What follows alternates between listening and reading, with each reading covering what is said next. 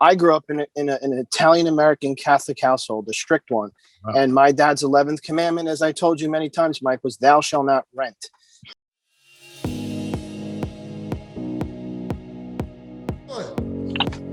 How's everyone doing today? What's going on, Mike? What's going on, Tim? How you been, brother? Good, man. Busy, but good. Can't complain.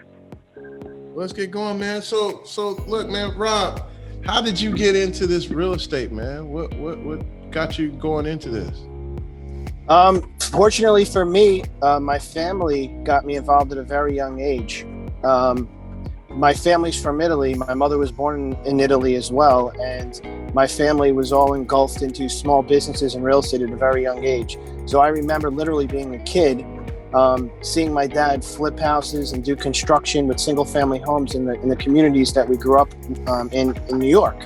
On top of that, my father and mother both were small business owners and owned the real estate where they placed their small businesses. So I grew up in that small business real estate world, and that gave me my start. And then basically I did take the corporate America route for many years. As you mentioned in my bio, for 18 years I was in corporate America, but I took the plunge a few years back and finally left corporate America to handle the real estate full time. So, but I owe it all to my family for really giving me that path and road to see what real estate's all about at a very young age, fortunately. What did you really get from mom and dad, doing the real estate? What really helped catapult your career? I mean, naturally being around, like I grew up with a family full of ministers and teachers. And so Yes. really teaching is just second nature to me. What skill do you think you learned most from mom, dad, and family from doing that and watching that? It's a great question. I grew up in one of those households where my dad was very disciplined. He was in the United States military during Vietnam. He was in the Navy, and he was very disciplined and strict. So he taught me a lot of quotes and rules and regulations on how to do things. And I grew up in an Italian-American Catholic household, a strict one. Wow. And my dad's 11th commandment, as I told you many times, Mike, was thou shalt not rent. And and that was what I really, from a very young age, even in high school, my dad was saying, when you graduate from college and when you get a job in corporate America, I want you to try to leverage your money and invest in real estate. Use other people's money to leverage your money and take it from there. So that's how I got started. I leveraged everything I could with the resources I had at the time to just get that first asset. And that first asset was a stepping stone to everything else after that. Nice. And then Tim, man, you went from clothes to real estate. How you do that, man? How'd you connect with a sponsor, become a part of the GP? How'd you get into that, man? Yeah, so I actually was in real estate before I stepped out and did the business that did the clothes thing, and then I came back to the real estate piece. That's kind of where I've always had an interest. Kind of started way back when with the family farm, and seeing my grandfather and my or hearing about my great grandfather buying land and things like that. So I always kind of had an interest in that kind of stuff. And then I worked at a law firm to pay my way through college, and one of the first things one of the lawyers said to me after I graduated was, "Hey, you got your first job, make sure you go buy some real estate." One of the first things he said to me after my graduation. Unfortunately, I didn't listen to him. I was 23 and I knew best, right? That's right. So I went out and spent every bit of that $33,000 a year salary that I could. I really didn't get into the real estate space until a little bit later, when I ran across a couple of guys I was working with, and we started talking about investments and things like that. And one of the guys introduced me to a land developer, and we started doing some land development opportunities here in North Carolina in the mountains and down in the South Carolina coast. And that's what got me started. Then that actually kind of went a little bit south around 2009, when a lot of real estate issues popped up. The land developers dried up, and that hurt me and my partners. But man, the bug was there. I saw the mistakes I made and decided to go at it again in some different ways, and apply the lessons I learned. And that's probably how I got connected up with Robert, over the last year, and then how we got into this opportunity recently, where we're co-GPs on a 240 plus unit in Winston-Salem, North Carolina. So we just came to the partnership team, the sponsor team, and talked about our experience and what we could bring to the team. And they liked what we had to say and asked us to come on board. Now, tell me about this deal, man. Like, you go from losing it, now you're in corporate, you're working on deals, and then you get into this big 220 deal in Winston-Salem. How'd you get into that? What do you bring to the table? Like, tell me about that. Like, you're not just an LP, you're coming in as a GP.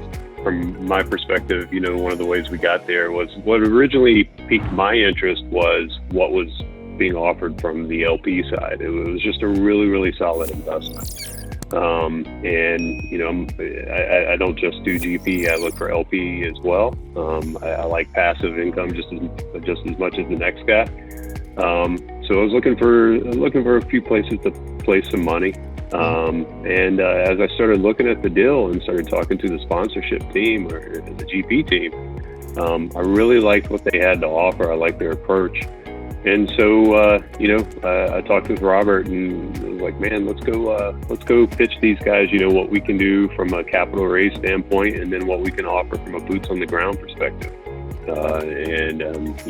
That's how we approached them. We said that we'd like to help with the capital raise portion, that we have some people in our network that are looking to place. And we talked to him about what we could do from the standpoint of, hey, I'm an hour away from this property. I can be there on a regular basis and provide, boots on the ground to check on the progress on the property, to do regular updates back to the partnership team, and those types of things. Now, so did you find this deal, or they presented it to you?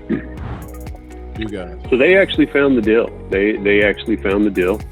It was actually out there on a broker site. I know a lot of people talk about cold calling off market and things like that, but this was actually an on market opportunity through a broker here in the Carolinas. They found the deal. From what I understand, the deal actually was originally awarded to a different partnership team, and that team wasn't able to come through. So the deal came back, and they reached out to this group. The broker reached out to this group and said, "Hey, are you still interested?" And that actually gave them an opportunity to come back and renegotiate the deal. So they actually were able to come in lower than their original best and final, and get it at an even more attractive price point. I've connected to them through some local groups here in the Carolinas, and Robert connected as well. And then Robert and I synced up, and we just started to have some conversations with the sponsorship team, just meeting them at coffee shops, talking to them about what they were doing, what their plans are, what our goals were, and there were just some synergies there. Nice.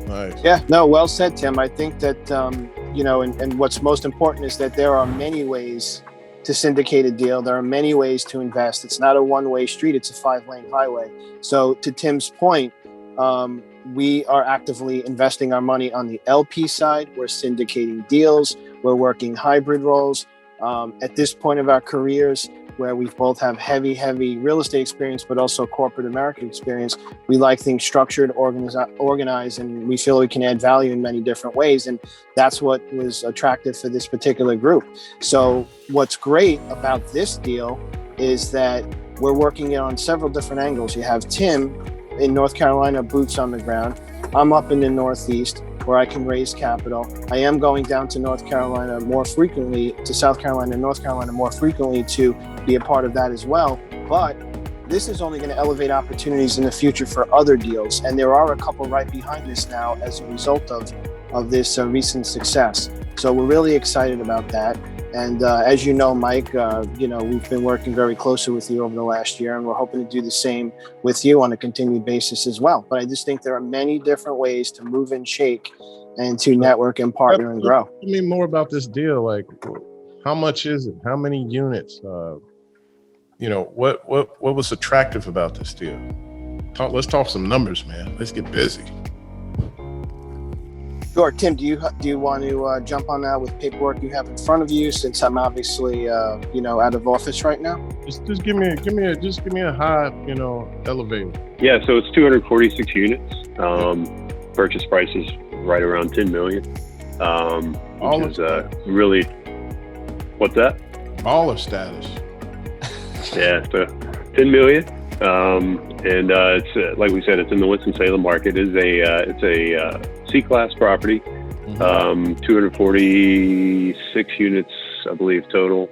And like I said, we're getting it right around the $10 million purchase price. And how much you gonna put in? How much you gonna put in it? So we're looking at putting in a little over 2 million in CapEx. Right.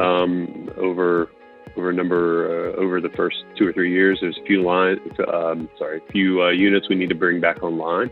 Some units that need to have some upgrades done to them, and then just some good cosmetic things that need to be done as well. And so this 12 million that you guys gonna be in, are you doing a total loan to cost or a loan to value? Like, are you, and when we say loan to cost, ladies and gentlemen, we're talking about including the capital expenses / renovations plus the acquisition. And that could be done as your total capital stack. And then you can borrow on the loan to cost, but some people may only lend on the purchase. So are you getting the renovation included in the acquisition as well? Or is that going to be separate? It's going to be separate. Okay. All right. So on this one, y'all getting 75%, 80%, 65% loan to value?